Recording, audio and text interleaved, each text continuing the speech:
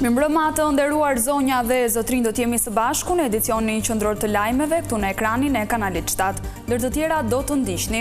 Kryeministri Rama nderohet me medaljen presidenciale në Izrael. Ai deklaron se Shqipëria mbështet zgjidhjen me dy shtete, krahason Hamasin me nazistët. Berisha takohet në Strasburg me grupin e Partisë Popullore Europiane, akuzon kryeministrin Rama se urdhëroi arrestimin e 3 liderëve të opozitës. Dëbora shkakton probleme në qarkullimin e automjeteve në veri dhe juglindje, ndërsa në disa fshatra malor mungon energjia elektrike. Një javë nga ferma VIP, krijohen aleancat e para, debate të forta mes konkurrentëve. Sot publiku vendos për fatin e dy prej lojtarëve që janë në televotim.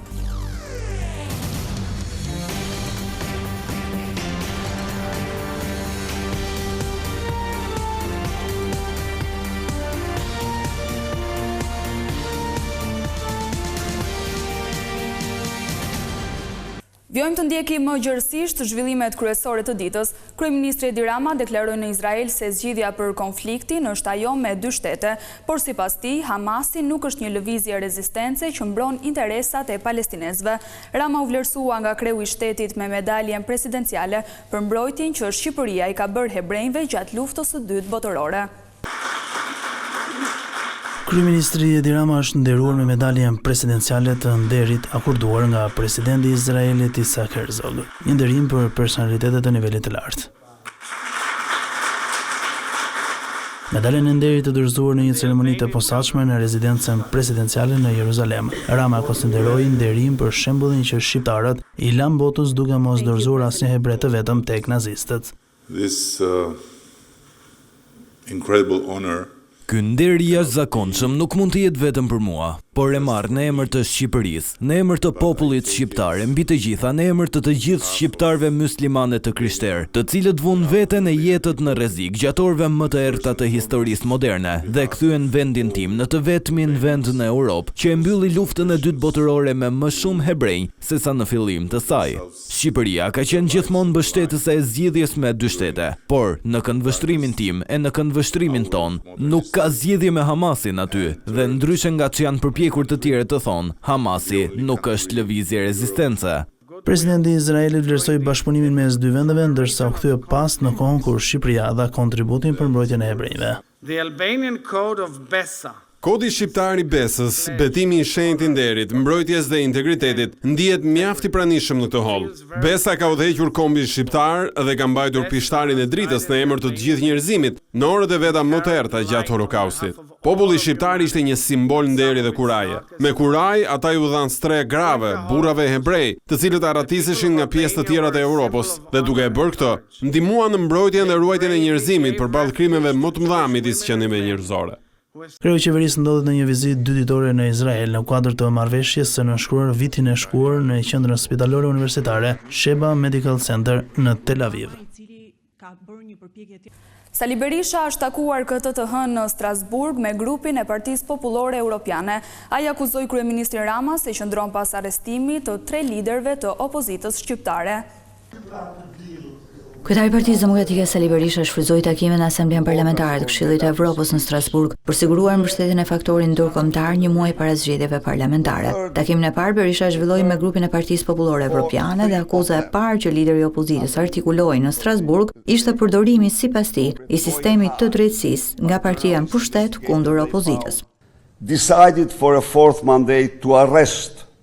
Për të siguruar një mandat të katërt, Edi Rama vendosi të arrestoj 3 liderë të partive kryesore të opozitës. Ai arrestoi kryetarin e Partisë Demokratike, vendosi në arrest shtëpie për 330 ditë kreun e Partisë Demokratike Sali Berisha, me akuza të rreme pas një hetimi që zgjati 4 vjet. Por disa muaj më parë, ai arrestoi kreun e Partisë së dytë opozitare, Ilir Meta, si person në hetim. I treti kreu i Partisë së tretë opozitare, Fatmir Mediu, ish ministri i mbrojtjes, ndodhet në një proces penal për një çështje që është gjykuar para 15 vitesh dhe nuk ekziston më asnjë fakt i ri.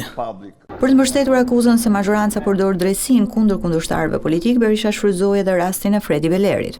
He arrested with false testimony U arrestua me dëshmi të rreme dhe ndonë se ishte zgjidhur, nuk ju lejua kurrë të bënte betimin, sepse Rama donte me çdo kusht që Beleri të mos bëhej kryetari i Bashkisë së Himarës, kjo sepse për interesa mafioze, Edi Rama kishte marrë pjesë në një pronë publike, duke trajtuar si pronë të tij, ndërkohë që nuk kishte e tillë. Kështu, Beleri kaloi një vit e gjysmë në burg, nuk u lejua të bënte betimin dhe humbi mandatin si kryetar bashkie. Para përfaqësuesve të Partisë Popullore Evropiane, Berisha akuzoi qeverinë se po përdor bandat kriminale edhe në fushatën zgjedhore të 11 majit. Pak ditë nga nisja zyrtarisht e fushatës elektorale për parlamentaret e 11 majit, misioni ODIHR ka nisur takimet me partitë politike. I pyetur nga gazetarët për rastin e Ilir Metës, ambasadori Lamberto Zanier ka thënë se kjo çështje i takon vetëm drejtësisë shqiptare. Shefi misionit ODIHR Lamberto Zanier nisi takimet me forcat politike për të dëgjuar shqetësimet e tyre në lidhje me procesin e 11 majit. Në përfundim të takimit në salinë e Partisë Lirisë, ambasadori Zanier deklaroi se misioni ODIHR do të takohet me të gjithë aktorët e rëndësishëm në këtë zgjedhje parlamentare. Ky është fillimi i një sër diskutimesh që ne do të zhvillojmë me të gjithë palët e përfshira, partitë politike, por edhe shoqërinë civile, faktorin ndërkombëtar si dhe institucionet të tjera. Pra puna jonë është të vëzhgojmë e në fund të raporti ynë dhe rekomandimet tona do të bazohen në gjithçka që ne shohim. Gjithashtu diskutimet që ne zhvillojmë na ndihmojnë të shohim fushat problematike. Shefi misionit ODIHR komentoi edhe rastin e Ilir Metës, i cili nga burgu garon në zgjedhjet parlamentare, duke theksuar se ju takon autoriteteve shqiptare të vendosin për çështje të tilla. Është vërtet në dorën e institucioneve të këtij vendi të nxjerrin konkluzionet përfundimtare për këtë çështje. Ne qëndrojmë për shtetin ligjor dhe për zbatimin me transparencë të parimeve të shtetit ligjor. Misioni ODIHR nisi punën e tij në Shqipëri në datën 2 prill dhe përbohet nga 12 ekspertë të cilët do të shohin të gjithë procesin elektoral, nga 26 vëzhgues afatgjatë dhe 300 vëzhgues afatshkurtër. Komisioni Qendror i Zgjedhjeve bëri të ditur se fletët e votimit të diasporës janë gati. Brenda një kohe të shkurtër, ato do t'i dërgohen me post çdo emigranti të regjistruar për zgjedhjet e 11 majit. Bëritën sot në Shqipëri rreth 250.700 fletë votimit të prodhuara në Sloveni për 245.800 votues të diasporës në zgjedhjet parlamentare të 11 majit. Komisioni Qendror i Zgjedhjeve bëri me dije se sasia e dokumenteve është sistemuar pranë Parkut Olimpik të Tiranës, Feti Borova, me ndodhje e përcaktuar edhe për administrimin dhe numërimin e votave të diasporës. Nëpërmjet një statusi në Facebook, kryekomisioneri Ilirian Celibashi shkruan se fletët e votimit do të mbërrinë së shpejti në adresat e emigrantëve të regjistruar në vendet respektive.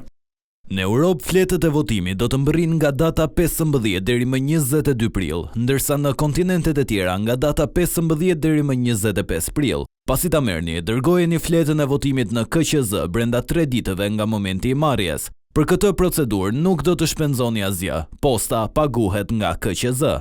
Nga kjo hënë deri më datë 10 prill, KQZ do të fillojë përgatitjen e zarfeve dhe dokumentacionit që do të dërgohet votuesve me objektivin e përfundimit brenda datës 17 prill. Votuesit do të kenë në dispozicion 3 deri në 4 ditë kohë për të marrë, votuar dhe kthyer fletën pas nëpërmjet operatorit postar.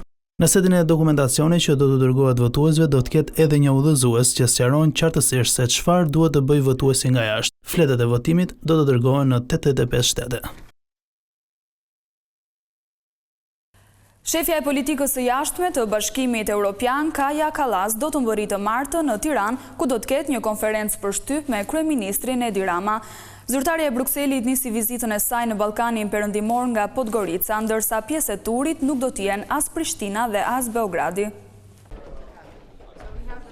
Përfaqësuesja e lartë për politikë të jashtme dhe siguri e Bashkimit Evropian, Kaja Kallas, ka nisur vizitën e parë që nga marrja e detyrës në Ballkanin Perëndimor. Kallas vjen të martë në Tiranë, ku do të takohet me presidentin Bajram Begaj dhe kryeministrin Edi Rama, me të cilin do të mbajnë edhe një konferencë për shtyp. Zyrtarja e lartë do të takohet gjithashtu edhe me ministrin për Evropën dhe punët e jashtme Igli Hasani dhe ministrin e mbrojtjes Piro Vëngu, me të cilët do të hap dialogun e parë Bashkimi Evropian Shqipëri për sigurinë dhe mbrojtjen. Ndërkohë, teksa vizitoi këtë të hënë Malin e Zi, Kallas foli për Kosovën dhe Serbinë dhe procesin e ngecur të dialogut mes tyre. Ajo çfarë po bëjmë këtë muaj është analizimi së bashku me të dërguaren e BE-s për dialogun Peter Sorensen. Çfarë është më rëndësi për neve është normalizimi i marrëdhënieve, sepse pa këtë asnjë nga vendet nuk mund të ecë përpara në rrugën drejt Bashkimit Evropian. Kallas nuk dha më shumë hollësi se cilat mendon që ishin gabimet apo çfarë nuk ka shkuar deri më tani me dialogun e ndërmjetësuar nga bloku. Prishtina dhe Beogradi nuk do të jenë pjesë e turit ballkanik të kryediplomates europiane. Pas takimeve në Tiranë, ajo do të vizitojë vetëm Bosnjën e Hercegovinën.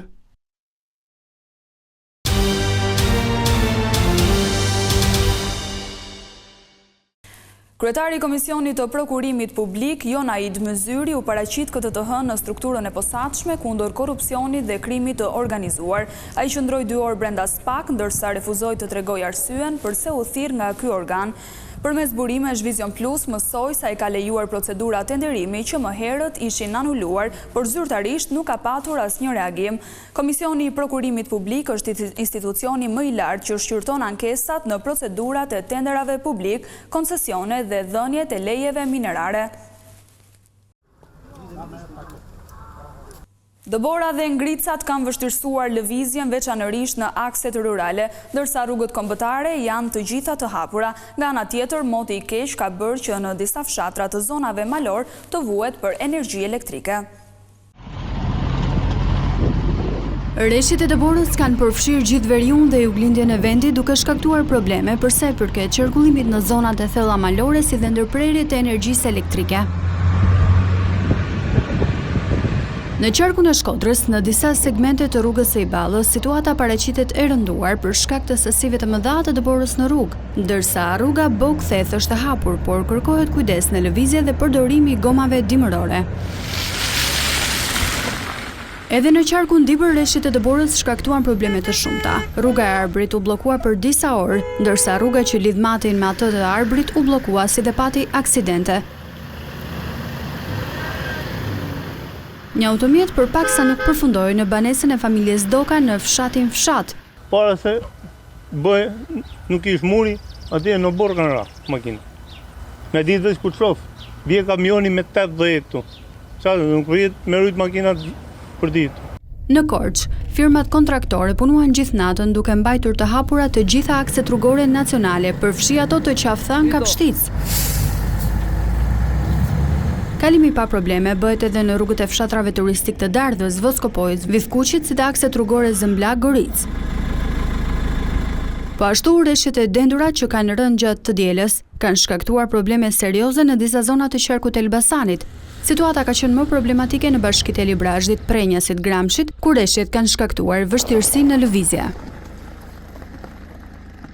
Drejtori i Autoritetit Kombëtar të Ushqimit në Tiranë, Fatjon Pasholli, është larguar nga detyra. Pasholli tha për Vision Plus se është dorëhequr për arsye personale. Largimi i tij vjen pas skandaleve të njëpasnjëshme me sigurinë ushqimore, ku gjatë ditëve të fundit u zbulua se në treg kanë hyrë dhe janë konsumuar mish pule me salmonel dhe lule shtrydhe me pesticide. Mësohet se në vend të Fatjon Pashollit është emëruar Alketa Shaba, që deri tani ka mbajtur postin e drejtoreshës juridike në AKU.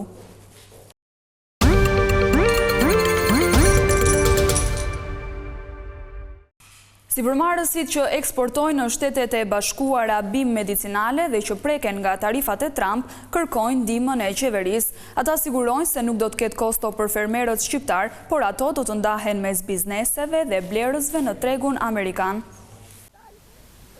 Vendimi për të tarifuar me 10% eksportit shqiptare drejt tregut amerikan ka sjellë reagimin e bizneseve eksportuese. Filip Gjoka, përfaqësuesi i shoqatës së bimëve medicinale, produkti që eksportohet më shumë, thotë se kjo kostoshtesë nuk do të transferohet tek fermeri, por do të ndahet mes shitësit dhe blerësit amerikan. Kemi rënë dakord me një pjesë tyre se këtë taks nëse do vazhdoj të ngelet në fuqi që neve ta ndajmë përgjys midis shitësit dhe blerësit, që mos të rëndoj drejt për drejti të grumullusi apo fermeret, do t'i bëjmë me djeni që mos të thremen sepse janë në prag të sezionit të grumullimit fermeret dhe individet, cilët janë në për zona shumë thella malore, sepse dhe të pak njerëz të cilët kanë ngelur nga të fshatra, thonë dhe kjo punë maroj dhe pe lam dhe po ikun. Por kreu i shoqatës së bimëve medicinale ka një apel për qeverinë, e cila duhet të mbështesë këtë industri që sipas tij mban peshën më të madhe të eksporteve shqiptare. Kërkojmë nga qeveria që 10% i TVSH të shkojë drejt për drejt tek fermeri për të ardhur në ndihmë, jo si që ka shenë më përpara që të shkojë të agrosistet apo të kompanit, por duke shenë që gjithë fermeret kanë numër llogarie, kundrejt e saj fature cila do pritet nga kompanit. Mungesa e fuqisë punëtore, shpopullimi i fshatit, zhvlerësimi i dollarit janë disa nga sfidat që përballet ky sektor, ndërkohë tarifa 10% për eksportet drejt tregut amerikan rrezikon të bëjë produktet shqiptare më pak të kërkuara. Ndaj dhe pikpyetja e kësaj tarife është se kush do ta paguajë atë? Fermeri, grumbulluesi apo bizneset do të ulin fitimet e tyre?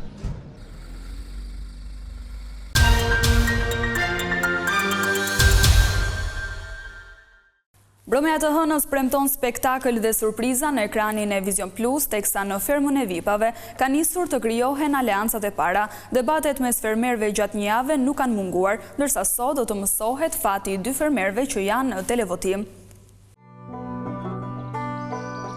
Teksa ditët i lëm vendin njëra tjetrës në fermën më të madhe në Shqipëri, puna nuk ndalet. Frederik Ndoci, fermeri i preferuar i publikut, i zgjedhur në premierën e së premtes që gjatë kësaj jave mban edhe titullin kryefermer, pas marrjes së detyrës ka nisur menjëherë nga puna.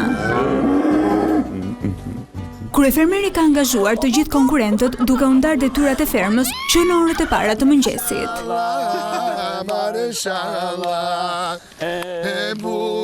Në atmosferën dhe energjinë pozitive që kanë mbizotëruar në këtë javë të parë, fermerët duket se janë angazhuar seriozisht, ku veç lojës kanë sjellë nota humori, këngë dhe batuta.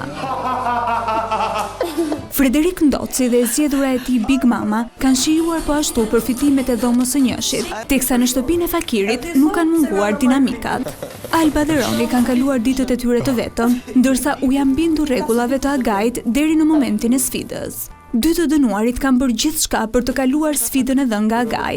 Sfidë kjo që u kalua me sukses, duke lejuar Albën dhe Ronin të bashkohen me pjesën tjetër të fermerëve e duke shfuqizuar kështu të gjitha dënimet që kishin si fakir. Aleancat e para në fermën VIP, por edhe përçarjet kanë nisur. Shumë e vogël. Kështu që ato gjatë këtyre ditëve nuk kanë munguar diskutimet e shumta, shpesh edhe debatet me tonet e larta. Gara duket e fortë, ndërsa fermerët janë gati të bëjnë gjithçka për lojën e tyre. Një televotim i hapur që prej ditës së premte për të zgjedhur fermerin që publiku do të shpëtojë, po mban në ankth Albën dhe Silvanën. Por kë prej tyre do të shpëtojë publiku? Cilat do të jenë sfidat që do të vënë përballë konkurrentët mbrëmjen e sotme? Për këto dhe shumë surpriza të tjera, Ferma VIP 2 ju fton ta ndiqni në orën 21 në ekranin e Vision Plus, si dhe në 2 kanalet e dedikuara të platformës Stream.